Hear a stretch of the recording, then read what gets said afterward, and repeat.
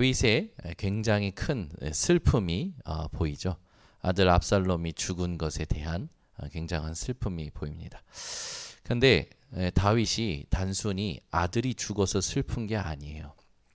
다윗이 오늘 슬퍼하는 이 본문은 자신의 불신앙을 슬퍼하는 겁니다.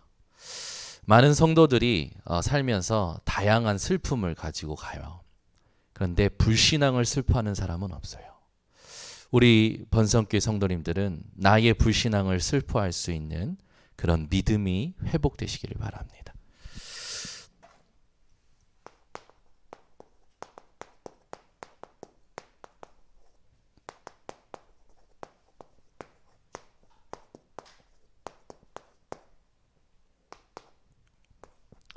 여러분 상태가 이렇게 되면 흑암은 꺾입니다. 반드시 꺾여요. 우리 성도님들이 지금 또 보니까 여러분이 이 코로나 때문에 힘드시더라고요. 국가에서도 그런데 거의 풍토병으로 이제 자리 잡은 걸로 얘기를 하기 때문에 너무 염려치들 마시고 또 이기시고 또 회복하시고 또 발판 삼으시기를 예수 그리스도 이름으로 축원합니다. 지난주에 하나님이 작정하신 대로 된다라는 말씀을 우리는 받았습니다. 그래서 우리는 염려할 게 아무것도 없죠. 모든 것이 하나님의 주권 속에 있습니다. 그 주권 속에서 가장 중요한 것이 뭐냐면 우리를 향하신 하나님의 구원의 축복이죠.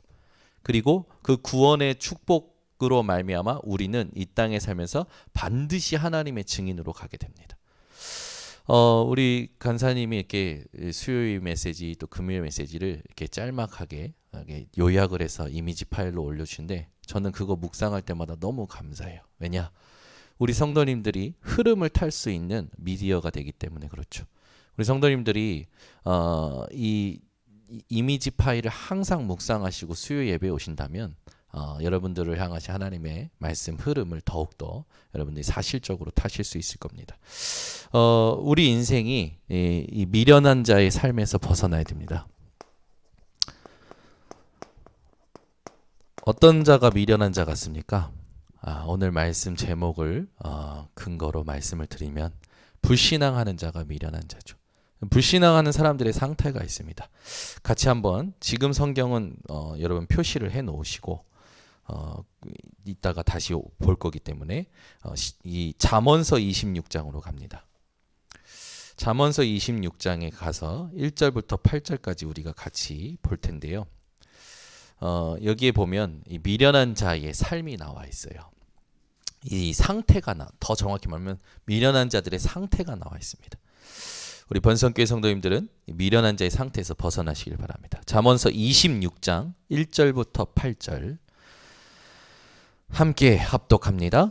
미련한 자에게는 영예가 적당하지 아니하니 마치 여름에 눈 오는 것과 추수 때에 비 오는 것 같으니라. 까닭 없는 저주는 참새가 떠도는 것과 제비가 날아가는 것 같이 이루어지지 아니하느니라. 말에게는 채찍이요 나귀에게는 재갈이요 미련한 자의 등에는 막대기니라. 미련한 자의 어리석은 것을 따라 대답하지 말라. 두렵건대 너도 그와 같을까 하노라. 미련한 자에게는 그의 어리석음을 따라 대답하라. 두렵건대 그가 스스로 지혜롭게 여길까 하노라. 미련한 자 편에 기별하는 것은 자기의 발을 베어버림과 해를 받음과 같으니라. 저는 자의 다리는 힘없이 달렸나니 미련한 자의 입의 잠언도 그러하니라. 미련한 자에게 영예를 주는 것은 돌을 물매에 매는 것과 같으니라. 여기까지 읽겠습니다. 그 뒤에는 여러분들이 또 보셔도 되는데 미련한 자의 상태가 오늘 나오죠. 이 미련한 자의 상태를 잘 보면요. 미련한 자의 삶은요. 어떤 삶입니까? 가장 핵심되는 게 뭐냐면 그 까닭 없는 저주라는 게 2절에 나오고요. 3절에는 미련한 자의 등에는 막대기니라 라고 이게 나오고요. 5절에 보면은 미련한 자가 이 대답하는데 스스로 지혜롭게 여길까 한다라는 거죠. 여러분들 반드시 그 미련한 상태에서 벗어나셔야 됩니다. 미련한 자는 어떤 걸 안 믿는 자냐? 하나님의 주권을 안 믿는 자예요.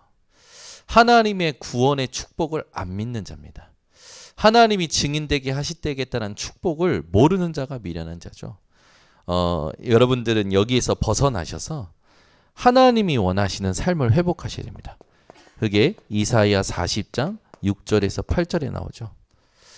모든 사람들에게 말하라고 하죠. 육체는 풀과 같다. 그리고 우리가 전달해야 될 거 뭐냐? 하나님의 말씀은 영원히 서리라 하라라고 말하라고 했어요. 외치라고 그랬어요. 여러분은 미련한 자의 삶에서 벗어나서 영원하신 하나님의 말씀을 붙드시기를 바랍니다. 고린도전서 1장 18절에는 잘 아시는 말씀이죠. 미련한 자들에게는 뭐가 미련하게 보여요? 십자가의 도가. 그렇죠? 그러나 구원 얻을 자에게는 하나님의 능력이 됩니다. 여러분은 예수 십자가, 예수 생명, 예수 능력, 예수 치유, 예수 증거 회복하는 오늘 밤이 되시기를 바랍니다. 우리가 살면서 가장 회복하고 누려야 될 게 뭐냐? 지금도 하나님은 성삼위로 함께하고 계십니다. 보좌의 축복으로 우리의 모든 것을 인도하시죠. 반드시 여러분은 시대를 살리고 이끌 주역으로 서게 됩니다. 하나님의 약속을 여러분 가슴속에 담고 세상의 슬픔에서 벗어나 나도 모르게 하고 있는 불신앙을 슬퍼할 수 있는 우리 번성교회 성도님들 되시기를 바랍니다. 자, 오늘 다윗과 압살롬의 관계를 통해서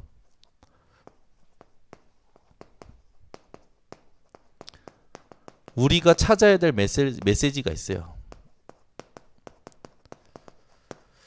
아버지와 아들의 관계인 것 같지만 이 속에 하나님께서 우리에게 주시는 메시지가 있습니다. 먼저 이 다윗의 범죄를 보죠. 다윗의 범죄로 다윗과 하나님의 관계에 있어서 하나님의 징계가 다윗에게 임하죠. 하나님의 징계가 임할 때 다윗에게 하나님께서 하신 그 징계 중에 가장 충격적인 징계가 뭐냐면 사무엘하 12장 11절이었어요. 칼이 내 집에 영영이 떠나지 않는다. 여러분 이것만큼 여러분 큰 징계가 어디 있을까요? 칼이 내 집에서 영원히 떠나지 않을 거라는 거예요. 이 징계로 인해서 그 다음에 일어났던 일들을 우리가 말씀을 가지고 한번 정리를 한번 해보자면 사무엘하 12장 15절에서 18절에 보니까 이제 다윗이 범죄하고 나서 이 밧세바를 취해서 처음 생겼던 아이가 죽게 되죠. 첫 아이가 죽게 돼요. 이 다윗의 범죄로 인해서 죽게 된 거죠. 다윗이 범죄하고 나서 사무엘하 13장 7절에서 14절에 보니까 다윗의 장남 암놈이 다윗의 첩의 딸이죠. 다마를 범하게 됩니다.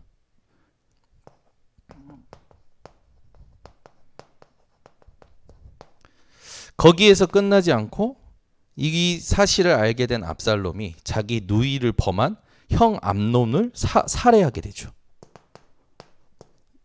집안에서 이런 일들이 계속 일어나는 거예요.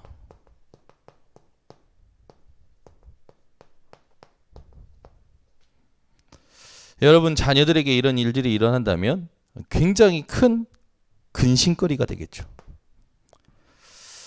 또 여기서 끝나지 않고 15장 1절부터 17장 29절에 보니까 17장 29절까지 압살롬의 반역이 일어납니다. 누구를 향한? 다윗 아버지를 향한. 아들이 아빠를 죽이려고 해요. 자식이 부모를 죽이려고 하는 거죠. 이게 다윗의 범죄로 일어난 하나님의 징계 여정이었어요. 다윗은 여기에 대해서 자기가 해결하려고 하지 않고 하나님의 징계마저도 언약으로 붙잡고 회개하고 하나님의 뜻을 찾지요. 그래서 다윗은 도망합니다. 15장 1절부터 16장 33절에 보니까 다윗이요 도망쳐요. 아니 다윗이 누굽니까? 사자도 찢어 죽이고 곰도 찢어 죽였던 다윗이 그러니까 압살롬 아들 반역에 맨발로 울면서 도망쳐요. 다윗이 범죄한 그 이후로 일어났던 일들이죠. 근데 더 큰 충격적인 일이 뭐냐면 16장 20절부터 33절까지 보니까 23절까지 보니까 다윗 이 아들 압살롬이 다윗의 후궁들을 백주 대낮에 옥상에서 데리고 잡니다. 완전 치욕적인 거죠. 결국 이 다윗의 아들 압살롬은 오늘 본문 우리가 확인하겠지만 다윗의 오른팔과 같던 장수 요압 장군에게 의해서 살해당하죠.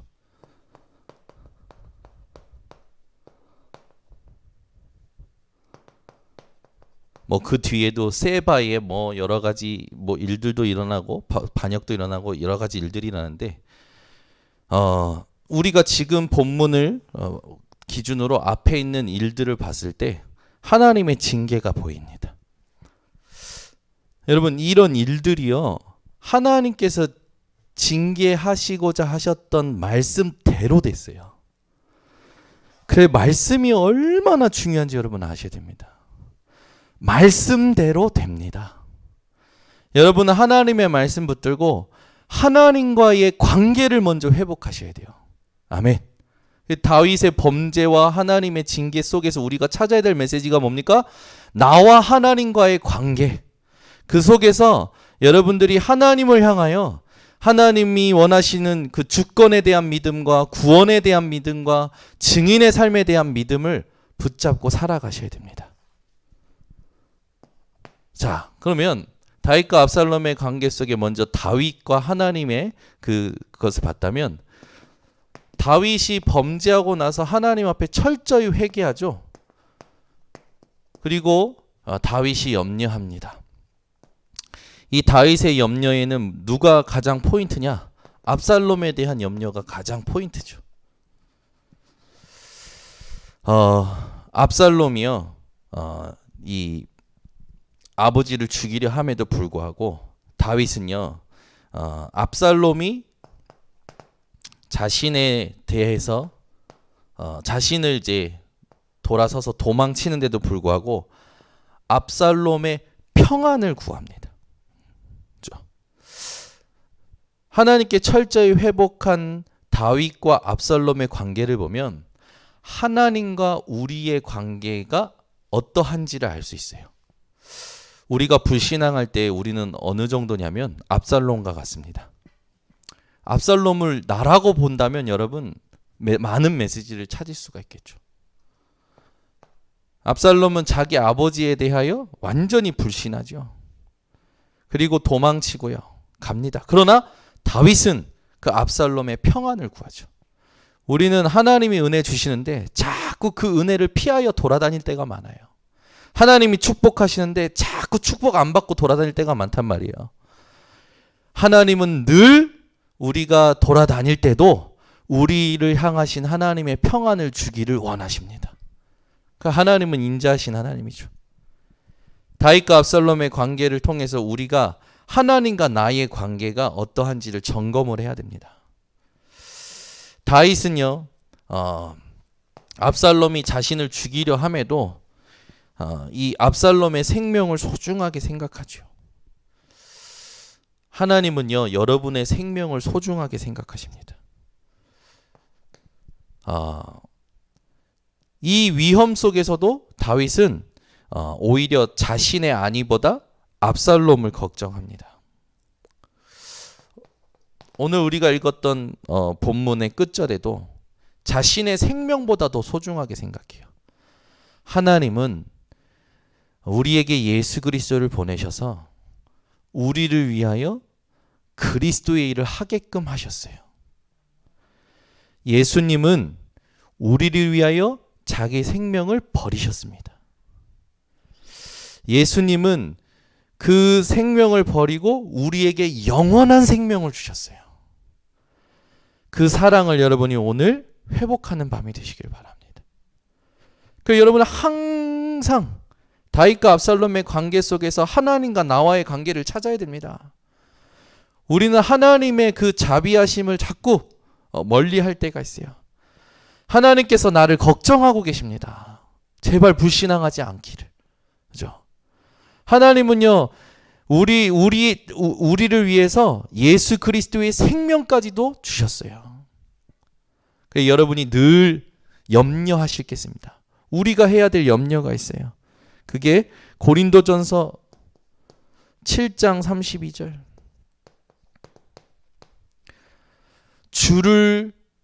주의 일을 염려하여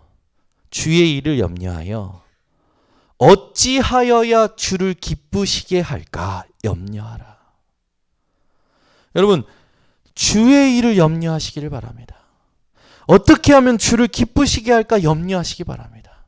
이 문제를 통해서 어떻게 하면 하나님을 기쁘시게 할까? 이 갈등을 통하여 어떻게 하면 하나님을 기쁘시게 할까? 그죠? 이렇게 염려하는 사람들이 별로 없어요. 하나님께서는 제자들에게 답하시기 전에, 이제 예수님께서 제자들에게 답하시는 제자들의 질문 아마 기뻐하셨을 수도 있을 거라고 저는 생각합니다.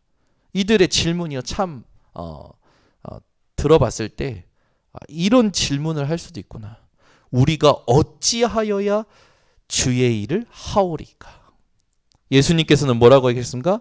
하나님이 보내신 일을 믿는 것이 하나님의 일이다. 여러분, 무엇 때문에 염려하고 무엇 때문에 슬퍼하고 계십니까?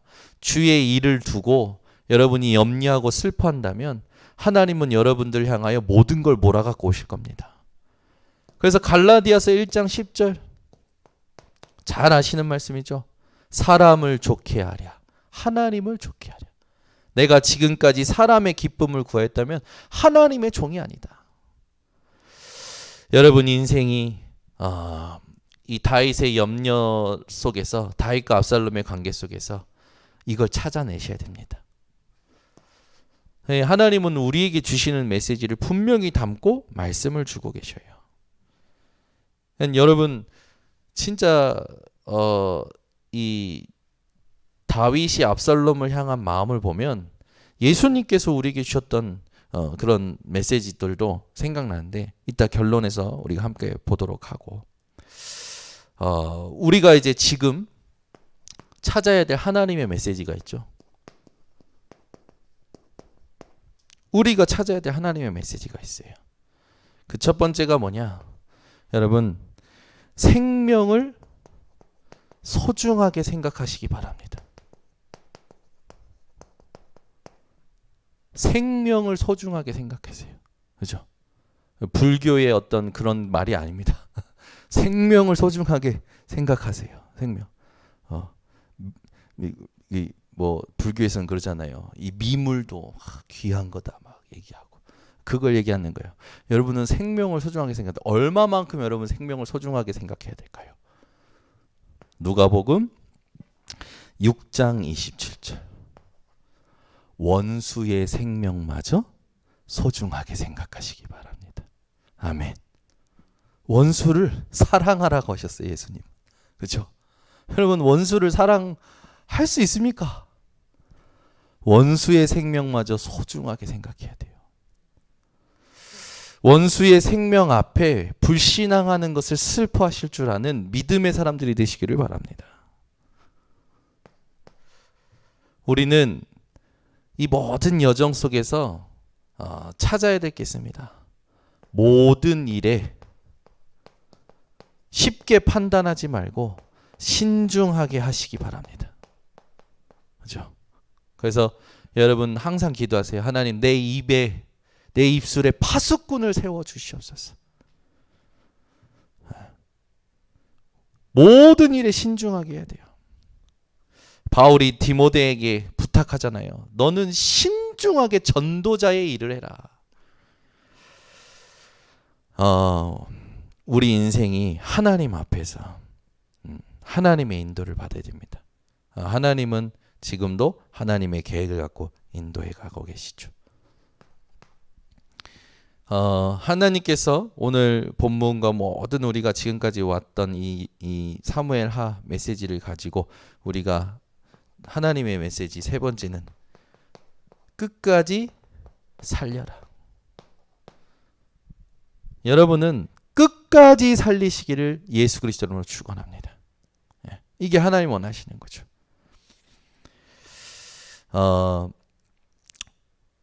우리 인생이 진짜 이 하나님께서 원하시는 것을 회복해야 돼요.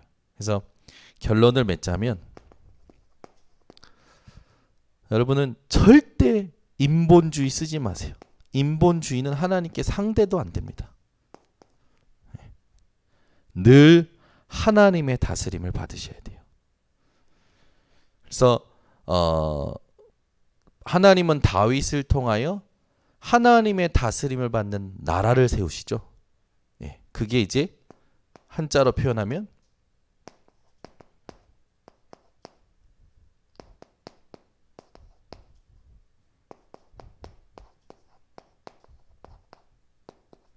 신정왕국이죠. 우리 인생이 하나님의 다스림을 받는 이 나라, 축복을 누려야 돼요. 이게 바로 뭡니까? 하나님의 나라요. 하나님께서 우리에게 주신 보좌의 축복이죠.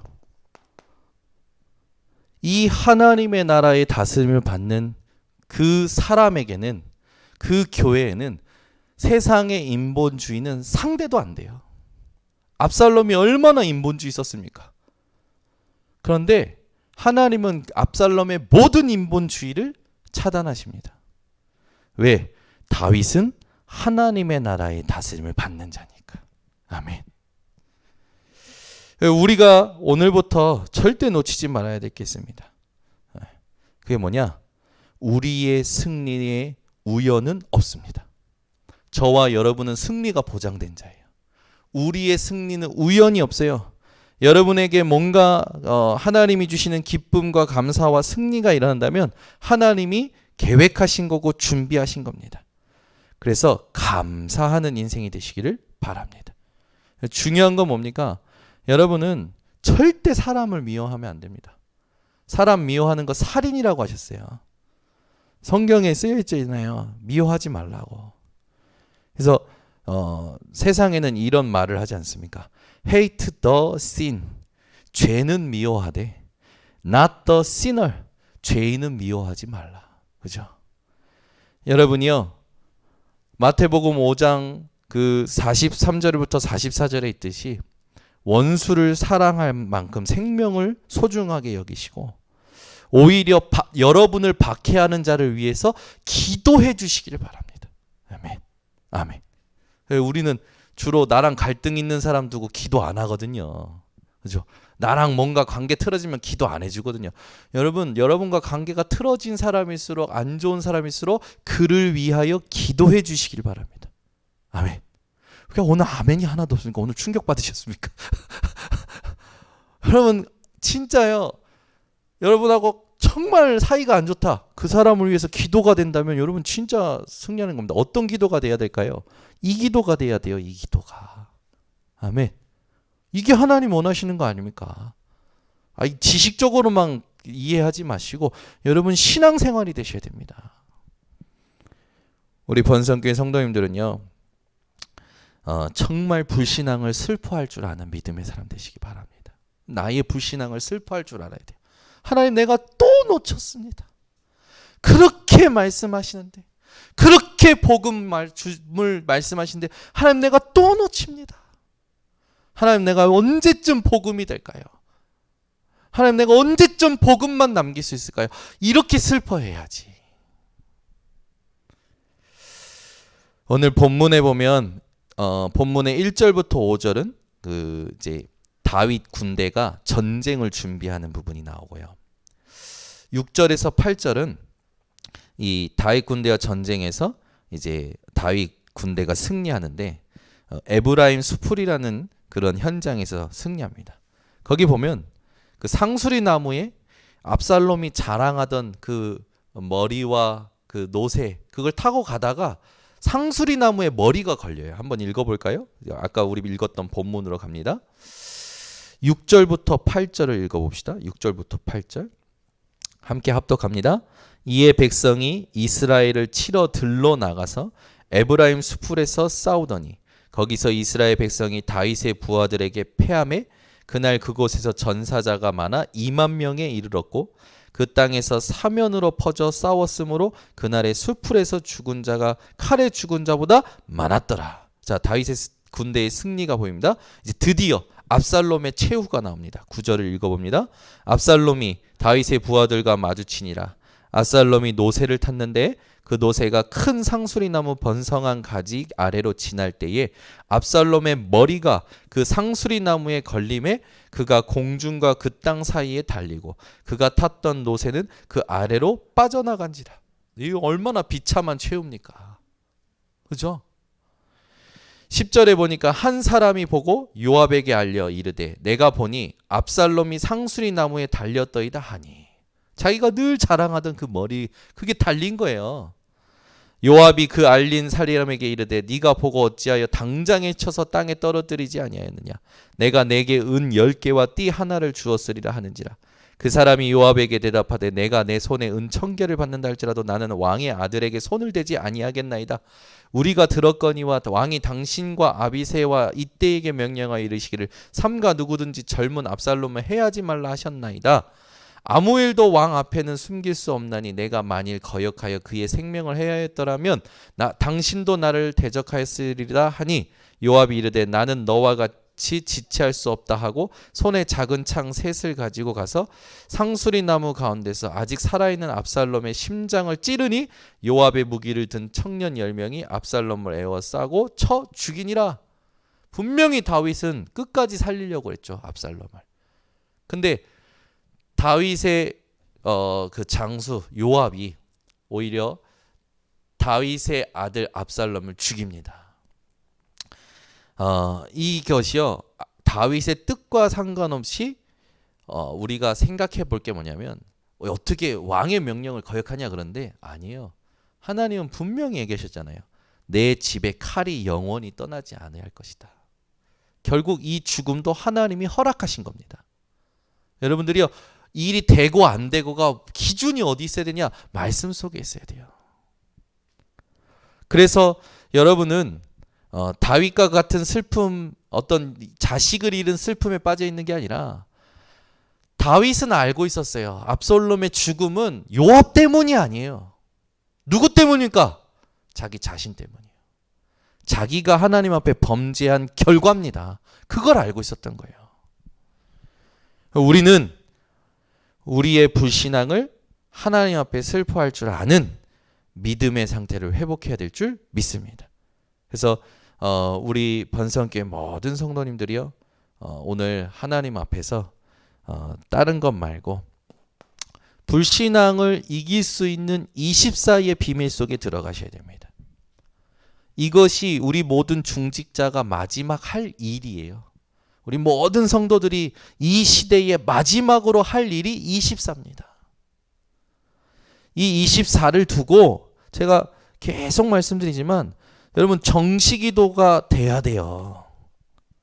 정시기도가 안 되면 24 안 됩니다. 그래서 정시기도를 두고 여러분이 알람을 좀 맞추세요. 하루 5번 해도 좋고요. 3번 하셔도 좋습니다.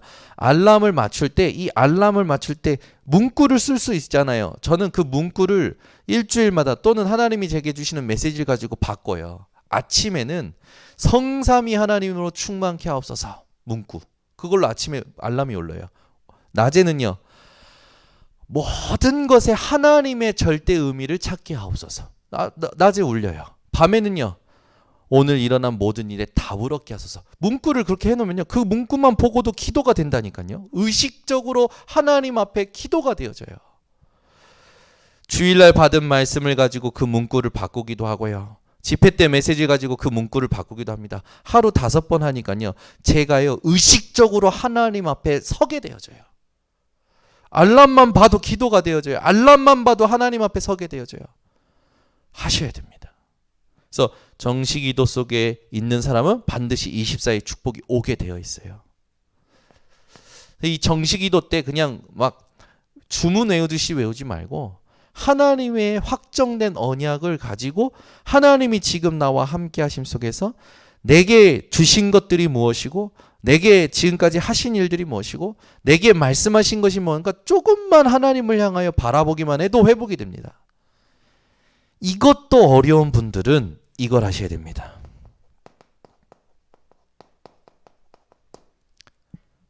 제가 24를 두고 소스를 드리는 거예요. 이 24를 가기 위해서는 정시기도 해라. 정시기도가 어렵다.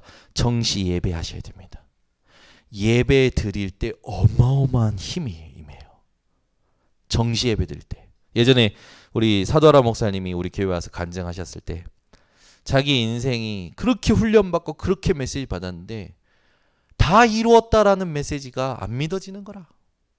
어느 날 조용히 침대에 누웠는데 다 끄고 누웠는데 아내도 와이프도 옆에 있는데 눈물이 옆으로 흘렀다고 그러죠. 자기의 상태를 두고. 그리고 하나님 앞에 계속 기도하는데 말씀이 하나 생각나는데 다 이루었다. 그걸 가지고 하나님 앞에 계속 기도했다고 그러죠.